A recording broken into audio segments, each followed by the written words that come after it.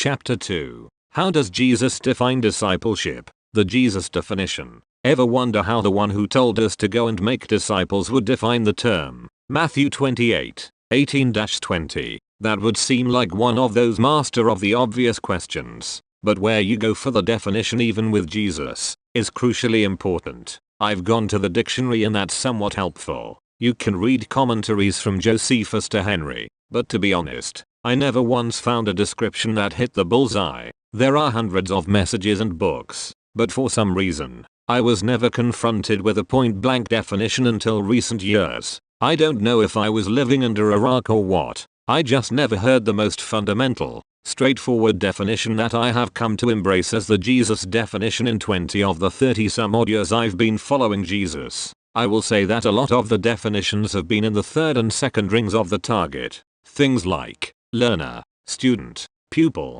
and disciplined landed in the third ring from the bullseye. Getting a little closer were things like denies oneself, takes up his cross, hates mother and father, sells all possessions, etc. Luke 14:25-33. But those things are really what a disciple might do as opposed to who he might become. It's like making a big deal about all the separate components of the space shuttle rather than focusing on the space shuttle itself. Jesus has a lot to say about discipleship, but two passages really stand out as his most clearly expressed definition. The first is in the Gospel of Luke. A pupil is not above his teacher, but everyone, after he has been fully trained, will be like his teacher. Luke 6:40. In the immediate context, Jesus is talking about hypocrisy. This very insightful statement is sandwiched between the blind leading the blind and taking the log out of your own eye in order to better take the speck out of your brother's. The immediate context would suggest that Jesus is saying that if you follow a teacher who is blind and hypocritical, you will become just like him yourself. This is the negative effect of discipleship. The greater context, Luke 6:39-49, would suggest that Jesus was drawing a contrast between those who practice righteousness and those who just know or talk about it but don't practice it. Good versus bad tree, good versus evil man, solid foundation versus sandy foundation. Although the comment about becoming like the teacher was couched in the negative, it is clear that Jesus was stating through principle that the opposite is true, as well. If a pupil is following and being trained by a good teacher, the pupil will become good, just like the teacher. Furthermore, the word pupil in the Greek is the word mathetes, which is translated as disciple 260 times in the New Testament in the New American Standard Bible. This is the only case in which it is translated as pupil. This is unfortunate. I would much rather have seen it translated to read, a disciple is not above his teacher. Not only would it have maintained consistency in translation, but it would also have served to illuminate this very key passage in defining discipleship. As Jesus was expressing this concept, his disciples no doubt made the connection very quickly. They understood their rabbi to be a role model and not just one dispensing information. The disciples' role with the teacher was more about emulation and not just education. This little gem of wisdom seems to be subtly tucked away in a great sermon. But make no mistake, this is no small innuendo. When you get a handle on what Jesus is insinuating, you realize you have struck the mother lode of discipleship. Jesus says you can't call him Lord unless you obey what he says. And if you obey what he says, you will become like the teacher. Discipleship is the process of becoming like Jesus. Not convinced? Let's dig a little deeper. The second passage in which Jesus explicitly defines discipleship is found in Matthew 10:24-25. A disciple is not above his teacher, nor a slave above his master. It is enough for the disciple that he become like his teacher,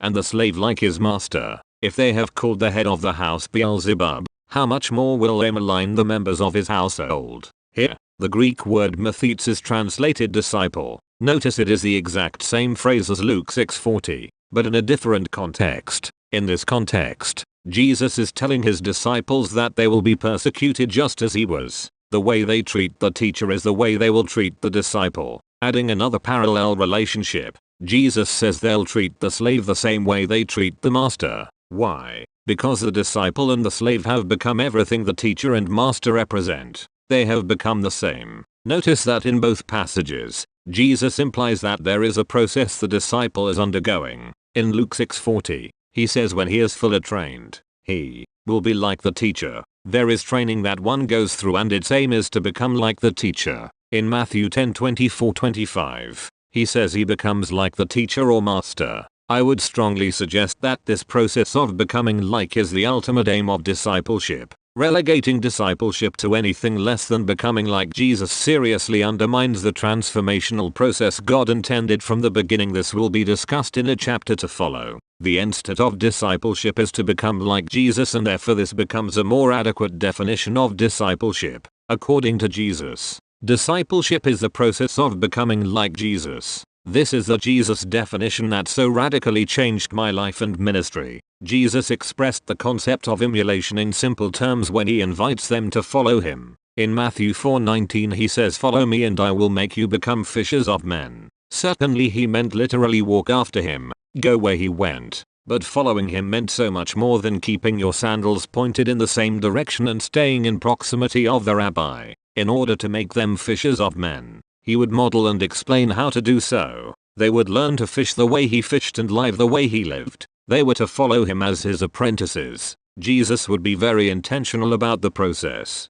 He had an agenda. It was to make them into something that looked like him. Later in John 21, Jesus would reveal himself once again after the resurrection. He has a very intimate conversation about Peter's standing and role as Jesus prepares to ascend to the Father. In verses 19-22, Jesus reiterates the command with which he had invited the disciples in the beginning. Follow me. When Jesus says this to Peter at this juncture in history, he is not suggesting that he walk with him and maintain physical proximity. That would now be impossible. Very soon, Jesus would ascend to his Father and there would be no more physical walking after, no more physical proximity, no more physical model. No. What Jesus was saying to Peter and what he fully intended all the disciples to do from the very beginning was to follow his example. Now, Peter and the rest of the disciples had a model and the Holy Spirit to guide them, and they would depend heavily on what they remembered in his example. They were now the apprentices who had been given responsibilities and tasks to do when the master craftsman was physically away from the work site.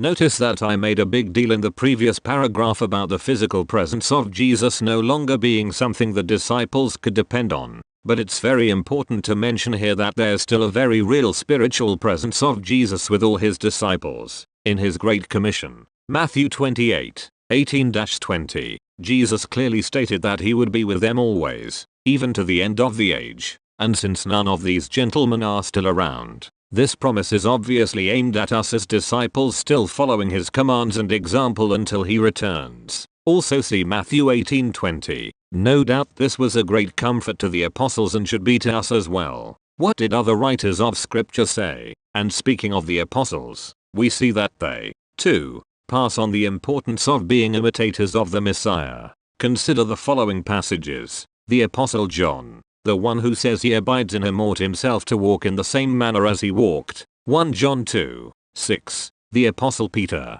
for you have been called for this purpose, since Christ also suffered for you, leaving you an example for you to follow in his steps. 1 Peter 2:21. The Apostle Paul, for those whom he foreknew, he also predestined to become conformed to the image of his Son, so that he would be the firstborn among many brethren. Romans 8:29. Have this attitude in yourselves which was also in Christ Jesus. Philippians 2:5. The writer of Hebrews, fixing our eyes on Jesus, the author and perfecter of faith, who for the joy set before him endured the cross, despising the shame, and has sat down at the right hand of the throne of God. For consider him who has endured such hostility by sinners against himself, so that you will not grow weary and lose heart. Hebrews 12:2-3. At this point there will be some of the more seasoned saints backing away in caution. They've seen this taken to some pretty bizarre extremes. For instance, the guy walking down the street with robe,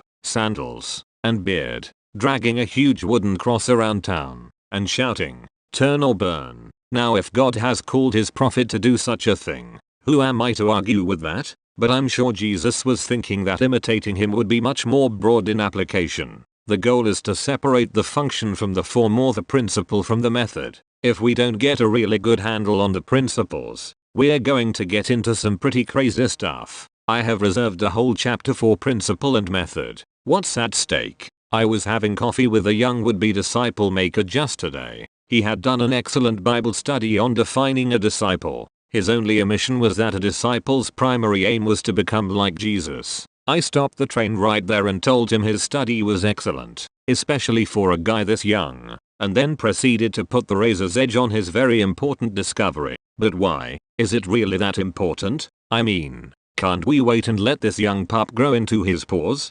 Absolutely not. Close is good enough with horseshoes and hand grenades. When it comes to discipleship, if you miss Jesus, you miss it all. Imagine what happens when you're cutting a piece of wood and you need the same length reproduced 100 times. In order to save time, you measure and cut the first piece. Now you have the prototype for every other piece and you can use it to measure the rest. But if you make the common error of using each new piece to measure the next, your duplicates keep getting longer and longer until it is nowhere near the right length. We must always go back to the original, the prototype. Jesus is the prototype.